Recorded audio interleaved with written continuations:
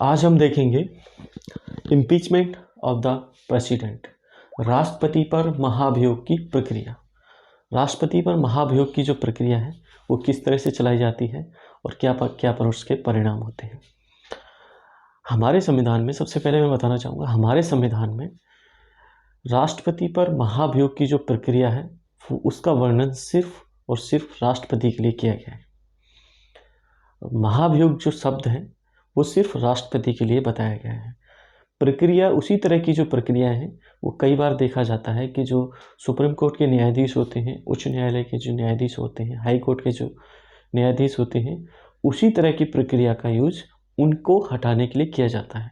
कई बार उनके लिए भी बोल दिया जाता है कि उन पर महाभियोग चलाया जा रहा है, लेकिन ऐसा नहीं है। उन पर सिर्फ उस प्रक्रिया का इस्तेमाल किया गया है जिस प्रक्रिया पे चल के महाभियोग राष्ट्रपति पर चलाया जाता है। तो ध्यान रखना है कि राष्ट्रपति के लिए ही सिर्फ महाभियोग शब्द का इस्तेमाल किया गया है हमारे संविधान में। तो ये क्लियर होना चाहिए। अगर क्वेश्चन आ जाता है कि महाभियोग प्रक्रिया का इस्तेमाल किन किन लोगों के लिए किया जा सकता है, तो सिर्फ एक ही इंसान है, एक ही पद है राष्ट्रपति, सिर्फ उसी के लिए किया जा सकता है, अन्य के लिए नहीं है। ये उस जैसी प्रक्रिया हो सकती है, शब्द का इस्तेमाल सिर्फ राष्ट्रपति के लिए। इस चीज़ को क्लियर करना है। आज देख लेते हैं राष्ट्रपति पर महाभियोग। महाभियोग क्या होता है? उसको पद से हटाने की जो प्रक्रिया है उसी को महाभियोग बोल दिया जाता है। तो देख लेते हैं।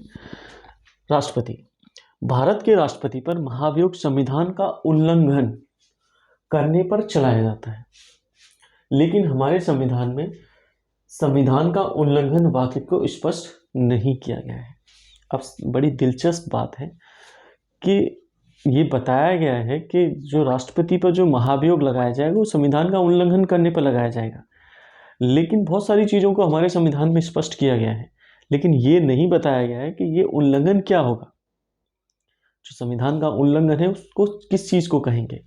तो इसमें इसी चीज़ का बताया जाता है कि जिस तरह की जो प्रक्रिया बताई गई है हमारे संविधान में कुछ आर्टिकल्स में कि राष्ट्रपति को मंत्रिपरिषद की सलाह पर काम करना है, राष्ट्रपति को अपने विवेक से काम नहीं करना है, मंत्रिपरिषद की सलाह पर। और मंत्रिपरिषद का जो मुखिया होता है वो होता है प्रधानमंत्री, उसकी सलाह पर ही आपको काम करना होता है। अगर आप उसकी सलाह नहीं मानेंगे, उसके जो भी बताए हुए काम नहीं करेंगे, तो ऐसी प्रक्रिया को संविधान का उल्लंघन माना जाएगा।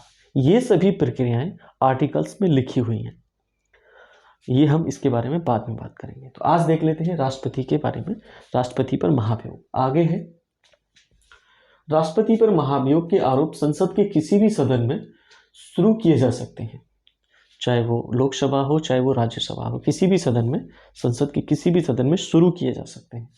जिस सदन में यह आरोप लगाए हैं उस सदन की कुल सदस्य संख्या के 1/4 सदस्यों के हस्ताक्षर होने चाहिए। और जिस सदन में ये आरोप लगाए गए हैं कि ये राष्ट्रपति इस कारण से इसको हटाया जा रहा है राष्ट्रपति को, तो उसको अगर चलाया जा रहा है किसी भी महाभियोग उस सदन में, तो उसका 1/4 उस सदस्य संख्या का, जो भी सदस्य संख्या है उसकी उस सदन की, उसका 1/4 जो भी सदस्य हैं उनके हस्ताक्षर होना उस पर जरूरी है, तभी वो प्रक्रिया आगे बढ़ेगी। राष्ट्रपति को उस सदन द्वारा 14 दिन का पूर्व नोटिस देना चाहिए। और कहा गया है अगर आप इस तरह की प्रक्रिया चला रहे हैं, उसके हस्ताक्षर होने के बाद, सदन के जो भी सदस्य हैं उनके हस्ताक्षर होने के बाद आपको 14 दिन का पूर्व नोटिस देना पड़ेगा राष्ट्रपति को कि हम आप पर महाभियोग की प्रक्रिया चला रहे हैं, आप तैयार हो जाइए, अपना वकील लीजिए या खुद आ जाइए। तो इस तरह से स्टार्ट किया जाता है। आगे अब सदस्य संख्या का ये है कि लोकसभा में अभी ज़्यादा से ज़्यादा जो सदस्य संख्या है 552 है शुरुआत से, और हमारे जो संविधान में जो लिखित है वैसे समय के हिसाब से और परिसीमन के हिसाब से वो सदस्य संख्या कम होती रहती है। अभी जो भी चल रहा है उसमें 542 545 तक है। अब अगर हम राज्यसभा की बात करें तो राज्यसभा में ज़्यादा से ज़्यादा 552 सदस्य रखे गए हैं, जिसमें से कि 2 एंग्लो इंडियन हैं और 20 नामित सदस्य हैं और 230 निर्वाचित सदस्य होते हैं। तो इस तरह की जो भी उनकी सदस्य संख्या उसका 1/4 जो भी सदस्य हैं उनके हस्ताक्षर उस पर होना जरूरी है, जिसमें भी वो स्टार्ट किया जा रहा है। ये महाभियोग प्रक्रिया।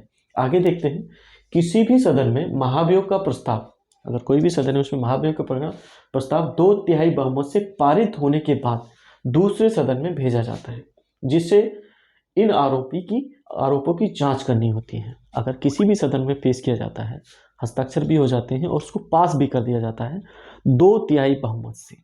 जो भी सदस्य संख्या है, छोटे मोटे बहुमत से नहीं हो सकता, वो 2/3 बहुमत से पास होना चाहिए। फिर वो जाके दूसरे सदन में जाएगा, वो दूसरा सदन ये जांच करेगा कि जो भी आरोप लगे हुए हैं वो सही हैं या गलत हैं। इस चीज़ की जांच करने का काम दूसरे सदन पर होता है।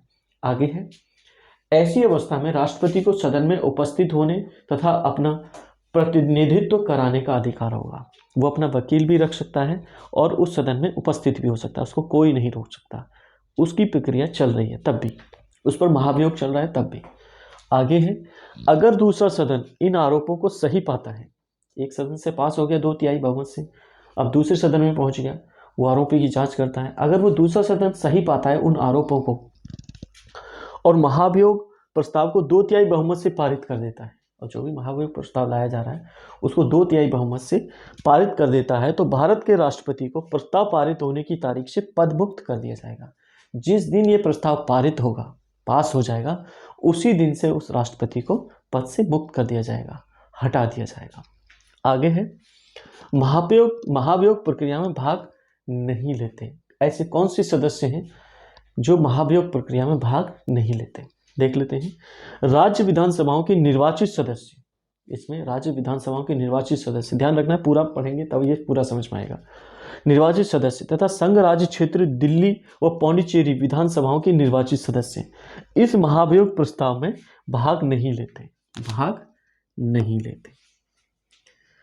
जिन्होंने राष्ट्रपति के चुनाव में भाग लिया था, इन्होंने राष्ट्रपति के चुनाव में तो भाग लिया था, लेकिन ये उसे हटाने के लिए जो भी वो चुनाव हो रहा है, जो भी मत पड़ रहे हैं वहाँ पे, उसमें ये भाग नहीं ले सकते। याद रखना है, इन्होंने राज्य विधानसभाओं के सदस्य और पौंडीचेरी और दिल्ली के राज्य विधानसभाओं के जो निर्वाचित सदस्य हैं, दोनों के, वो सदस्य राष्ट्रपति को हटाने में भाग नहीं लेते, लेकिन वो निर्वाचित करने में भाग लेते हैं। ध्यान रखना है।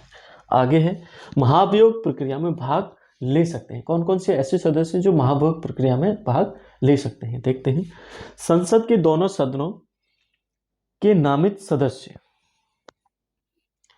संसद के दोनों सदनों के नामांकित सदस्य, जिनको नामांकित किया जाता है, सदस्य इस महाभियोग में भाग ले सकते हैं। इन्होंने राष्ट्रपति के निर्वाचन में भाग नहीं लिया था।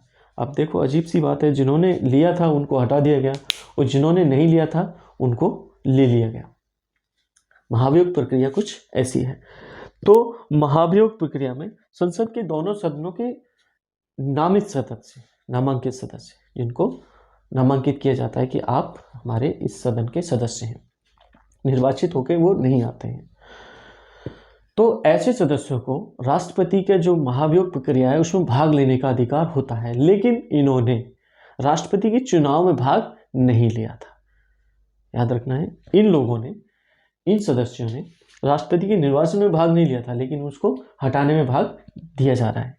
आगे है अन्य तथ्य।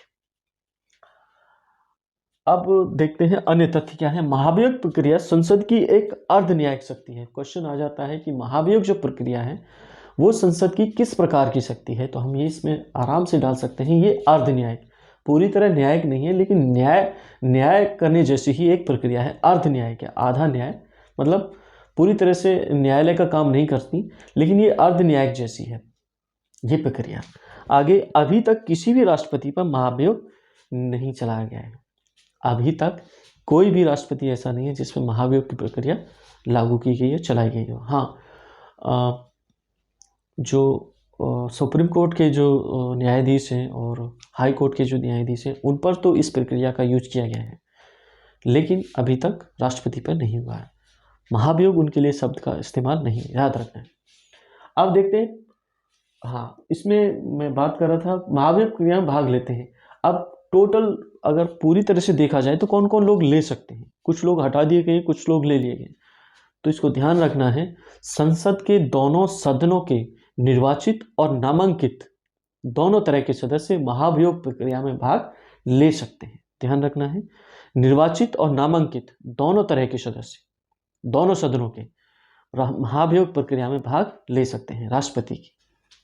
आगे है पदावधि।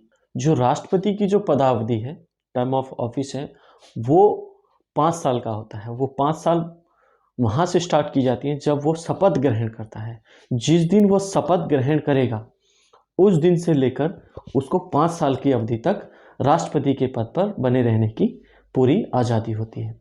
याद रखना है, शपथ ग्रहण की तारीख से स्टार्ट किया जाता है उसका कार्यकाल। निर्वाचन उसका 1 साल पहले भी हो सकता है, 6 महीने पहले भी हो सकता है, 2 दिन पहले भी हो सकता है, लेकिन जब से वो शपथ ग्रहण करेगा उसी दिन से उसका कार्यकाल स्टार्ट हो जाएगा और 5 वर्ष की अवधि तक चलता रहेगा। तो ये था पदावधि।